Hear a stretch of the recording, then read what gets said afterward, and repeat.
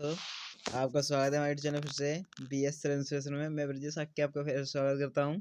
जैसा कि आप देख पा रहे होंगे, आज थंबनेल में देख ही लिया होगा कि एक ही क्लास कर हम सभी क्लास लेकर आए हैं। आज लेकर आ रहे हैं हम मोस्ट इम्पोर्टेंट नेम रिएक्शन, ठीक है। और इनको याद कर लीजिएगा, आप 15 नंबर पक्के हो जाएंगे, ठीक है।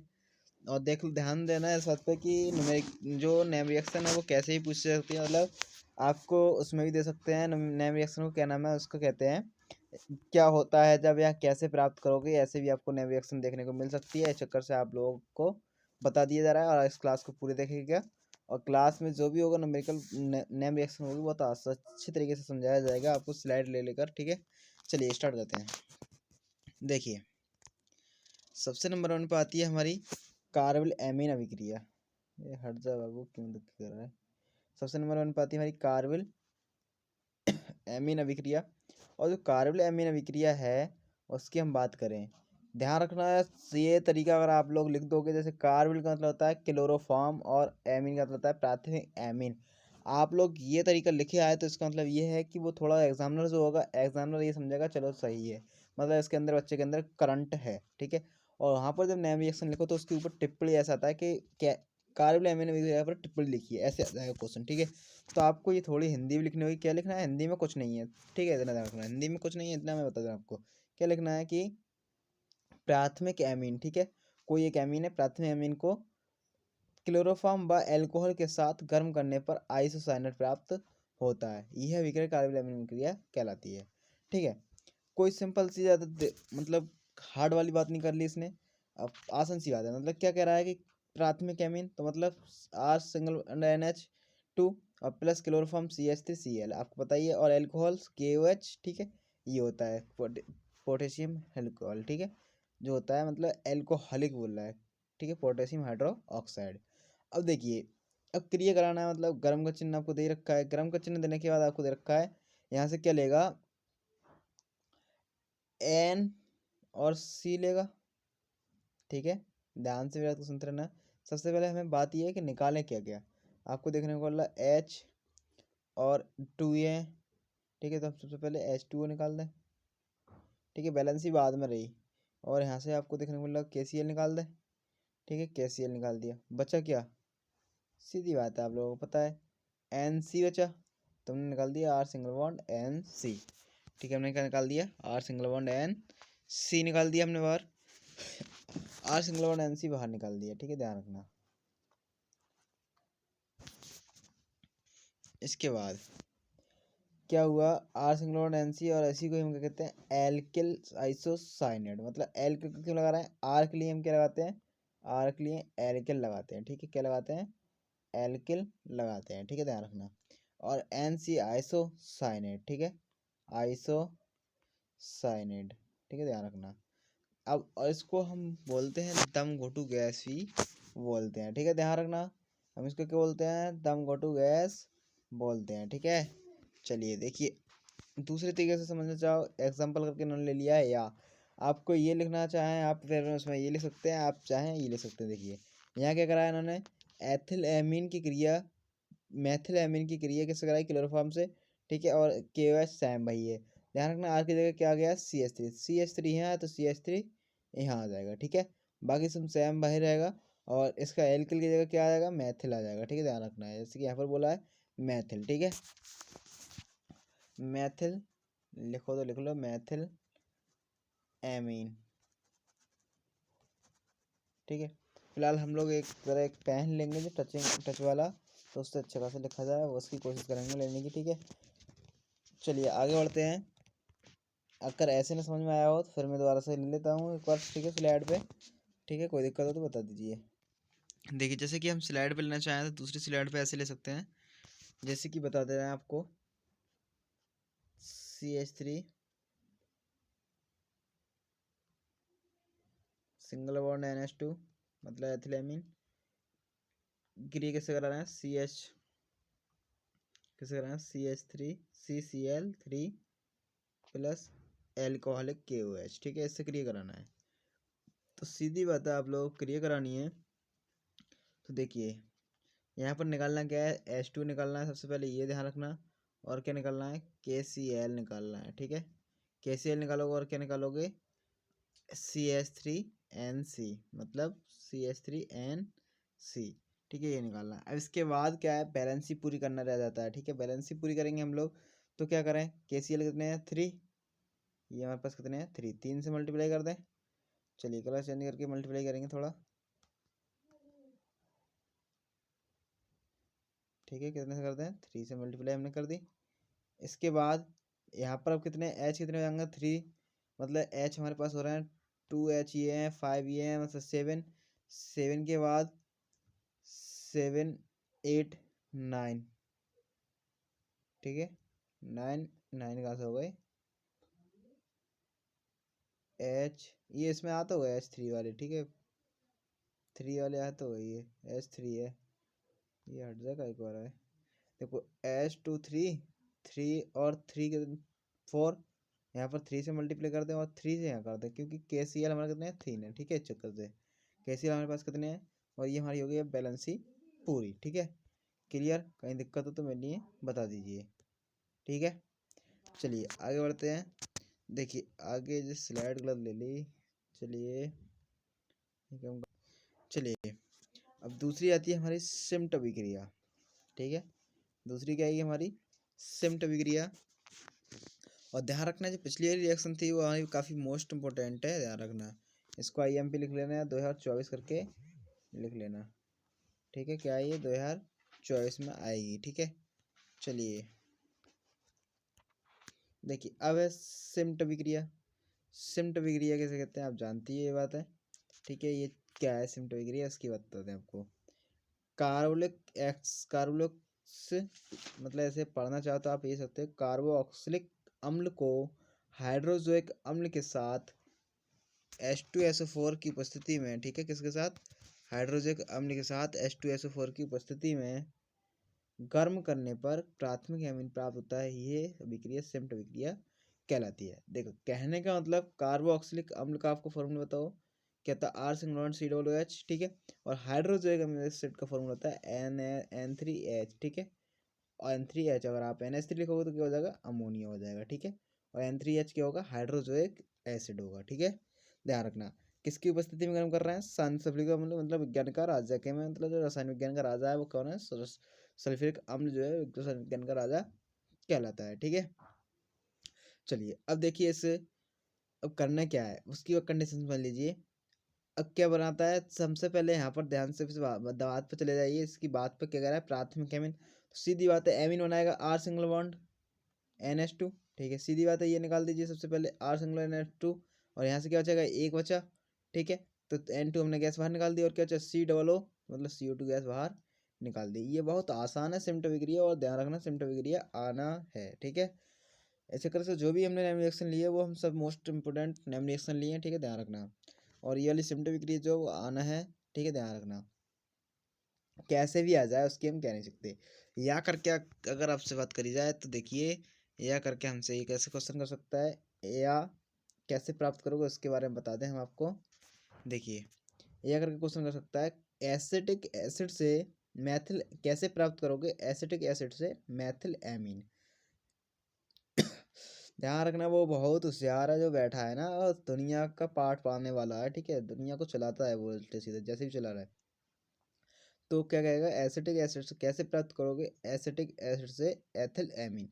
यहाँ आपसे कह सकता है कैसे प्राप्त करोगे एसिटिक अम्ल की क्रिया, एसिटिक अम्ल की क्रिया शांत सल्फ्यूरिक अम्ल में के साथ कराने पर, ठीक है, मतलब किससे क्रिया कराई जाए तो आपको बताना होगा, ये हमारे लिए प्राप्त होता है। इस चक्कर से आपको सब तरह से याद रखना पड़ेगा, इस चक्कर से आपको हम बता दिए जा रहे हैं, ठीक है। अरे लल्ला मिटी नाराज है, चलो लल्ला आप तो मिटाओगे। चलिए अगर स्लाइड लेके समझाना चाहें तो स्लाइड लेके ये समझा सकते हैं हम लोग। देखिए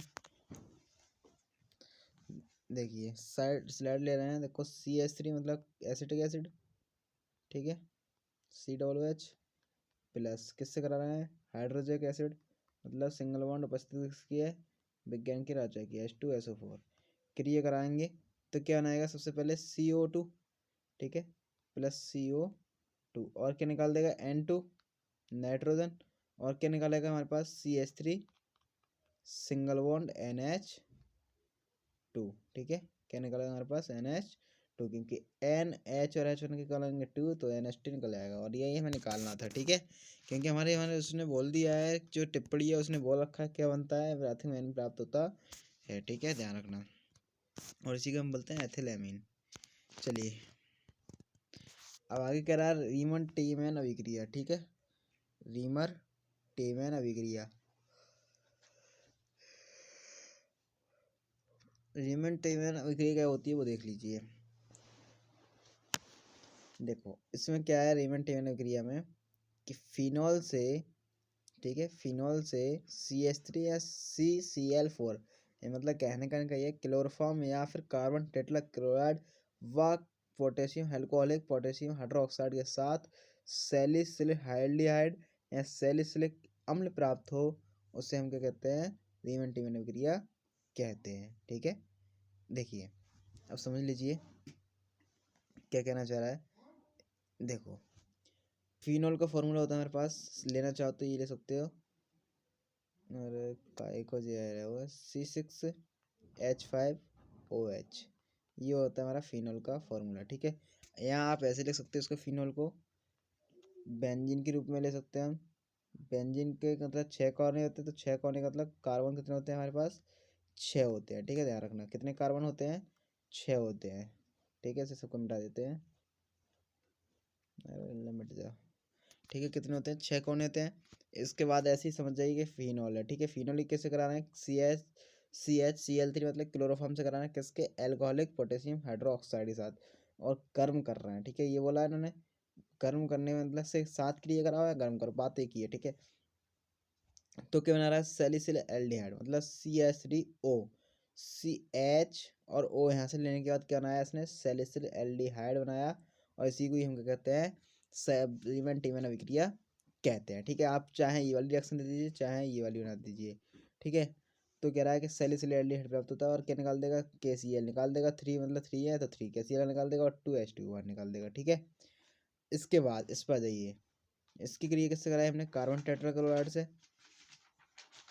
क्वेश्चन ध्यान रखना ऐसे भी आ सकता है, भी बता रहा हूँ कैसे आएगा। देखो पहले इसको समझ लो, कार्बन टेट्राक्लोराइड से कराएंगे तो क्या बनाएगा, उसकी बात समझ लीजिए।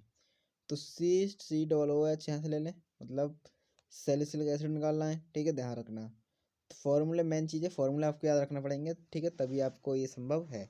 तो यहाँ से क्या निकालेगा, COOH मतलब सैलिसिलिक एसिड बनाएगा। ठीक है, यहाँ से क्या निकाल देगा, सैलिसिलिक एसिड बाहर निकाल देगा।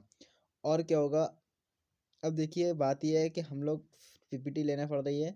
अब ये हो सकता है दूसरी क्लास में हम अच्छी तरीके से और एक्सप्लेन करते हैं, क्योंकि हम पेन वैन लेने की व्यवस्था सोचेंगे, पेन वगैरह ले गया है। ठीक है, चलिए अब क्या है कि सैलिसिलिक एसिड को COOH ले लेगा। ठीक है, COOH लेने के बाद हमें लगता है बैलेंसी पूरा करना, तो बैलेंसी पूरा करना हमारा काम है, बैलेंसी पूरी करेंगे। ठीक है, पर इसमें तो कर ही कराई है। ठीक है, अगली बार देखते हैं कोई और चारा मिलता है। ठीक है, चलिए आगे बढ़ते हैं। हाँ पहले एक क्वेश्चन समझाइए, समझाइए इसका क्या क्वेश्चन होता है।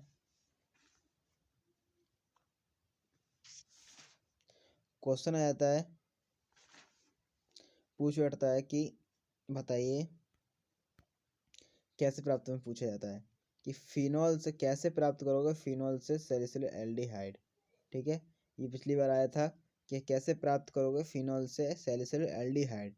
यहाँ ऐसे कर लेगा आपसे, क्या होता है जब फिनॉल की क्रिया क्लोरोफॉर्म के साथ, क्लोरोफॉर्म व एल्कोहलिक या पोटेशियम हाइड्रोक्साइड के साथ कराई जाती है, ऐसे कर सकता है। और इसमें कैसे करेगा क्वेश्चन आपसे, कैसे प्राप्त करोगे फिनॉल से सैलिसिलिक अम्ल। ठीक है, ध्यान रखना, तो कार्बन टेट्रा ऐसे कराना है, या फिर ऐसे पूछ सकता है फिनॉल की क्रिया कार्बन टेट्रा और एल्कोहलिक पोटेशियम हाइड्रोक्साइड से कराई जाती है तो क्या प्राप्त होता है, ऐसे क्वेश्चन आपसे कर सकता है। ठीक है, ध्यान रखना। अब है वुड्स अभिक्रिया। ठीक है, ये इस वीडियो की लास्ट में देख सकते हैं, क्योंकि यहाँ पर समझने की व्यवस्था पूरी हो नहीं पा रही है, कल हम अलग तरीके से कुछ ना कुछ व्यवस्था निकालेंगे। ठीक है, अब देखिए वुड्स अभिक्रिया है, इसको दोबारा ले लेंगे हम लोग रिवीजन में, क्या दिक्कत है। अब क्या कह रहा है कि एल्किल हैलाइड के दो अणुओं को सोडियम के साथ शुष्क ईंधन की उपस्थिति में गर्म करने पर एल्केन प्राप्त होता है। मतलब कहने का मतलब इनका ये है कि हम एल्किल हैलाइड कैसे कहते हैं वो भी समझ लीजिए, इसे बोलते हैं हम एल्किल। ठीक है, इसे क्या बोलते हैं, एल्किल, और ये होता है हमारा हैलाइड।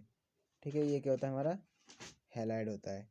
ठीक है, ध्यान रखना। तो कह रहा है कि एल्किल हैलाइड के दो अणुओं को सोडियम के साथ, मतलब Na क्या होता है हमारा, सोडियम के साथ शुष्क ईथर, ठीक है, इसकी उपस्थिति है में गर्म करने पर एल्केन प्राप्त होता है। मतलब एल्केन जब प्राप्त होगा तो क्या होगा हमारे पास, आर सिंगल बॉन्ड आर, मतलब एल्केन, एल्किल उनके एल्किल एल्किल क्या बनाएगा, एल्केन बनाएगा। ठीक है, और ये अभिक्रिया कहलाती है, वुड्स अभिक्रिया कहलाती है। ये मैं क्या कहलाएगी, अभिक्रिया वुड्स अभिक्रिया कहलाएगी। ठीक है, अब देखिए क्वेश्चन की अब बात करें, यहाँ पर समझना क्या है। देखिए इसमें क्या है, इसकी आपको बता दे रहा हूँ। देखिए आर सिंगल बॉन्ड एक्स, ठीक है, और किससे कराना है, सोडियम से क्रिया, और किसकी, एल्किल हैलाइड की उपस्थिति। ठीक है, सेम वही रही है।